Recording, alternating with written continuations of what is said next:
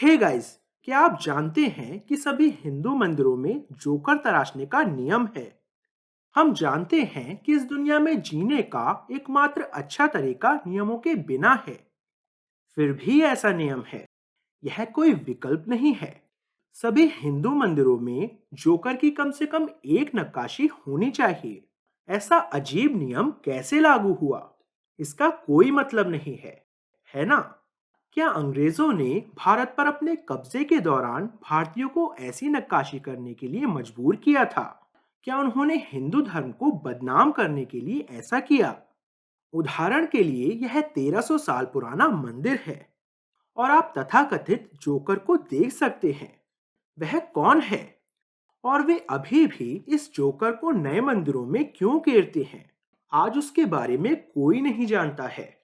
और यदि आप किसी विशेषज्ञ या पुजारी से पूछें, तो वे उसे केवल एक विदूषक के रूप में संदर्भित करेंगे, एक संस्कृत शब्द जिसका अर्थ जोकर होता है।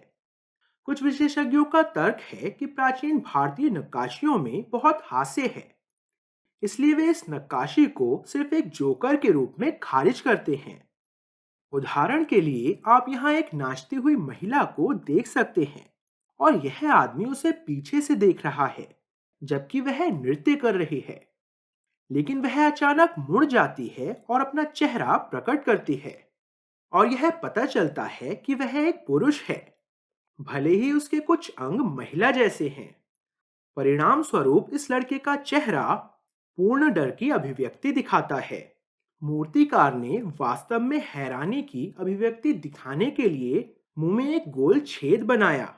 और इसकी साथी को देखिए, यहाँ जो भी हो रहा है उसे बहुत अच्छा लग रहा है और वह अपनी हंसी को नहीं रोक पा रही है। इस तरह की नक्काशी के कारण हम इसे केवल एक जोकर के रूप में आसानी से खारिज कर सकते हैं। लेकिन एक समस्या है, वह सभी मंदिरों में बार बार क्यों दिखाई देता है? उसे मंदिरों में तराशना क्यों अनिवार्य है? और वह कुछ भी नहीं करता है, वह बस ब्रेक डांस की अपनी अजीब मुद्रा के साथ वहां खड़ा है। सच तो यह है कि यह भूली हुई आकृति कोई जोकर नहीं है, वह अष्टावक्र नाम के संत हैं और वह मुस्कुरा रहे हैं क्योंकि यह लोगों को भ्रमित करता है। वह मुस्कुरा रहे हैं क्योंकि ऐसा करना यह बात समझाने से ज्यादा आसान है कि उन्हें अंदर से क्या मार रहा है। वे ब्रेक डांस नहीं कर रहे हैं, उन्हें एक रोग है जिसे रिकेट्स कहा जाता है। अंगों की विकृति इस विकार के चरम मामले का परिणाम है। जब हम रिकेट्स से पीड़ित वास्तविक रोगियों को देखते हैं, तो हम समझ सकते हैं कि नक्काशियों में उन्हें इस तरह क्यों दिखाया गया है। और ठीक यही उनके नाम अष्टावक्र का भी अर्थ है।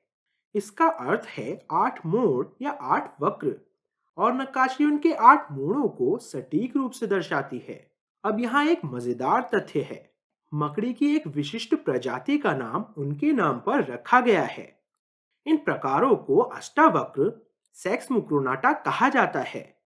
मेरा मतलब है कि आप निश्चित रूप से देख सकते हैं कि इस 8 पैर वाले कीट का नाम उनके नाम पर क्यों रखा गया है। वह कब हुए थे?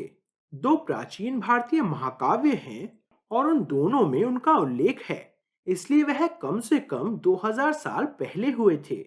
हालांकि वह बहुत पुराने समय के हो सकते हैं। उन्हें हमेशा छतरी के साथ दिखाया जाता है, कभी वह खुली होती है और कभी वह बंद होती है, या वह एक लंबी टोपी पहनते हैं, जिससे मुझे लगता है कि उन्हें सूरज की रोशनी से एलर्जी है। और हम सभी जानते हैं कि सूरज की रोशनी आपको विटामिन डी देती है और रिकेट्स विटामिन डी की कमी के कारण होता है। लेकिन यह सब यह नहीं समझाता है कि रिकेट्स वाले इस विशिष्ट व्यक्ति को सभी हिंदू मंदिरों में क्यों घेरा जाना चाहिए, है ना? मेरा मतलब है कि शारीरिक और मानसिक असामान्यताओं वाले बहुत से लोग रहे होंगे, तो प्राचीन बिल्डरों ने हर जगह सिर्फ इसी आदमी को क्यों बनाया? क्योंकि उन्होंने इसे अर्जित किया। उन्हें अष्टावक्र गीता नामक तत्वमीमांसा पर एक बहुत ही उन्नत पुस्तक लिखने के लिए जाना जाता है। कुछ लोग कहते हैं कि यह पुस्तक दर्शन शास्त्र में इतनी उन्नत है कि यह स्वयं भगवत गीता जैसे प्राचीन ग्रंथ का विरोध करती है। और यह भी उसी समय के आसपास लिखी गई बताई जाती है। लेकिन उनकी किताब और भगवत गीता में एक चौंकाने वाला अंतर है। उनकी पुस्तक ईश्वर के अस्तित्व को नकारती है।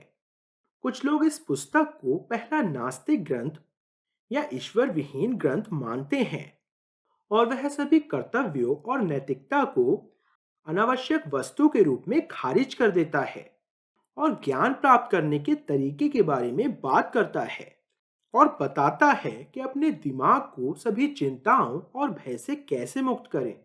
यह अजीब है कि एक नास्तिक जिसने ईश्वर या देवताओं के अस्तित्व को नकार दिया, उसे हिंदू मंदिरों में कैसे उकेरा जा सकता है। प्राचीन बिल्डर्स ऐसा क्यों करेंगे? क्योंकि उन्होंने अपनी शारीरिक सीमाओं के बावजूद समाज के लिए योगदान दिया। ज्यादातर लोग सोचते हैं कि हिंदू धर्म बहुदेववाद के बारे में है, लेकिन इसमें एक ईश्वरवाद, थियोसॉफी और यहाँ तक कि नास्तिकता भी शामिल है। भारतीय संस्कृति इतनी पुरानी है कि इसमें सभी विचारधाराओं का समावेश है। यही कारण है कि आप बुद्ध को कई हिंदू मंदिरों में उकेरा हुआ देखते हैं। याद रखें कि बौद्ध धर्म खुले तौर पर हिंदू रीति रिवाजों को खारिज करता है और आप अभी भी बुद्ध की नक्काशी देख सकते हैं।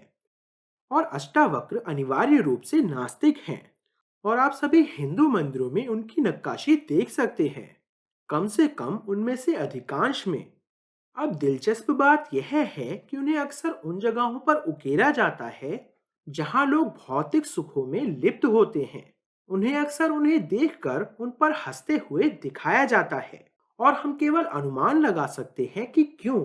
शायद यह एक कुंठित मुस्कान है, क्योंकि वह इस तरह के कामुक सुखों में लिप्त नहीं हो सके, लेकिन उन्हें उन पर हंसते हुए दिखाया गया है। उनकी शारीरिक इच्छाओं के लिए उनका लगभग उपहास किया गया है। कहा जाता है कि एक बार उन्होंने एक राजा के दरबार में प्रवेश किया और लोग तुरंत उनके रूप पर हंसने लगे। उन्होंने धैर्यपूर्वक उनकी हंसी के शांत होने का इंतजार किया, केवल उन सभी पर हंसने के लिए। उन्होंने उन सभी को जूता बनाने वाला कहकर पुकारा, क्योंकि जूता बनाने वाले केवल एक जानवर की त्वचा को देख सकते हैं। वह उनके सतही स्वभाव पर हंसे। वह उन लोगों पर हंस रहे थे जो दिखावे पर अपना समय बर्बाद कर रहे थे। वे उन लोगों पर हंसते थे जिन्होंने कामुक सुखों के कारण अपने जीवन का मार्ग खो दिया था। इस नक्काशी में बहुत गहरा दर्शन छिपा है।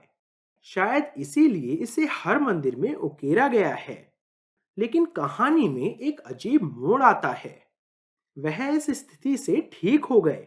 हम ठीक से नहीं जानते कि यह कैसे हुआ, लेकिन कुछ किंवदंतियों के अनुसार वह अपनी सभी विकृतियों से ठीक हो गए और वह फिर से एक सामान्य व्यक्ति की तरह चल सकते थे।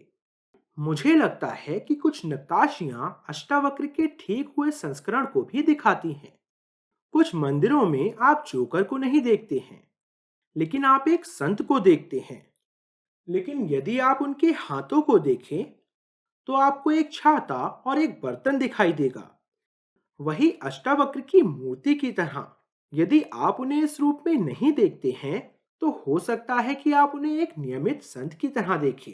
मुझे उम्मीद है कि यह वीडियो आपके लिए उतना ही दिलचस्प था जितना कि यह मेरे लिए था। मैं इस व्यक्ति के बारे में 10 से अधिक वर्षों से जानकारी खोजने की कोशिश कर रहा हूँ। मैं हर मंदिर में उनकी नक्काशी को देख रहा था और कोई नहीं जानता था कि वह कौन है, और यह निराशाजनक था। और अंत में हमें पता चल गया कि वह कौन है। मुझे लगता है कि हम प्राचीन मंदिरों को समझने में प्रगति कर रहे हैं और मैं आपके समर्थन के लिए आभारी हूँ। मैं प्रवीण मोहन, देखने के लिए बहुत बहुत धन्यवाद। सब्सक्राइब करना ना भूलें और मैं आपसे जल्द ही बात करूंगा। बाय।